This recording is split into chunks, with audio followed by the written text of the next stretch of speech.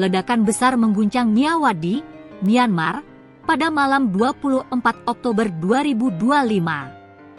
Militer Myanmar meledakkan kompleks KK Park, pusat kejahatan siber dan penipuan daring terbesar di Asia Tenggara, sebuah langkah ekstrim yang mengirim pesan keras ke seluruh jaringan kriminal digital kawasan.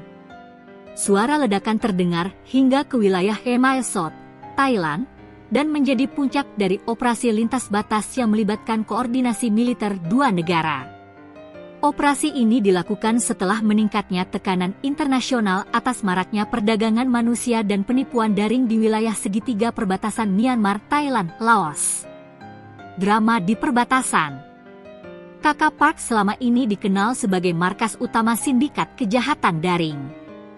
Di dalamnya, ribuan orang dari Cina, India, dan Vietnam dipaksa atau direkrut untuk melakukan penipuan online, termasuk investasi palsu, kripto, dan love scam global.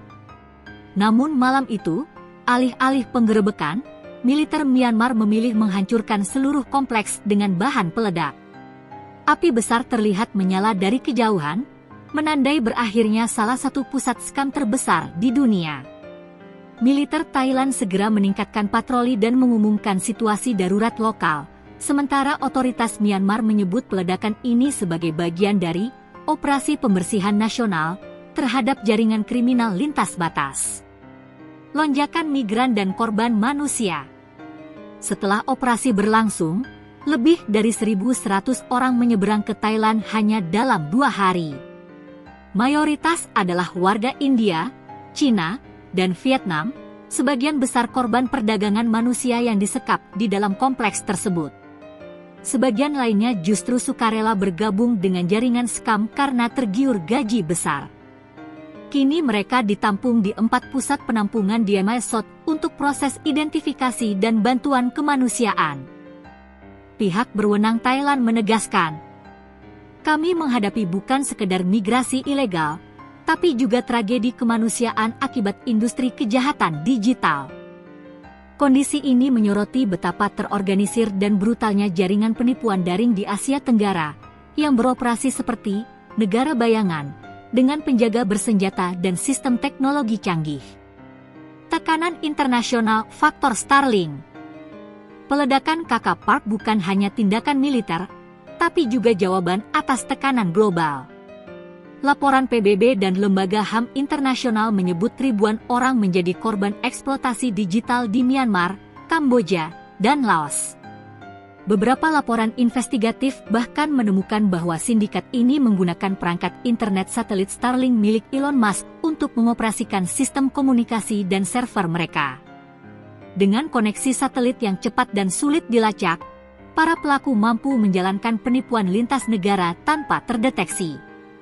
Teknologi canggih ini membuat kejahatan siber di kawasan semakin sulit diberantas, karena mereka beroperasi di wilayah tanpa infrastruktur internet tradisional namun tetap memiliki akses global.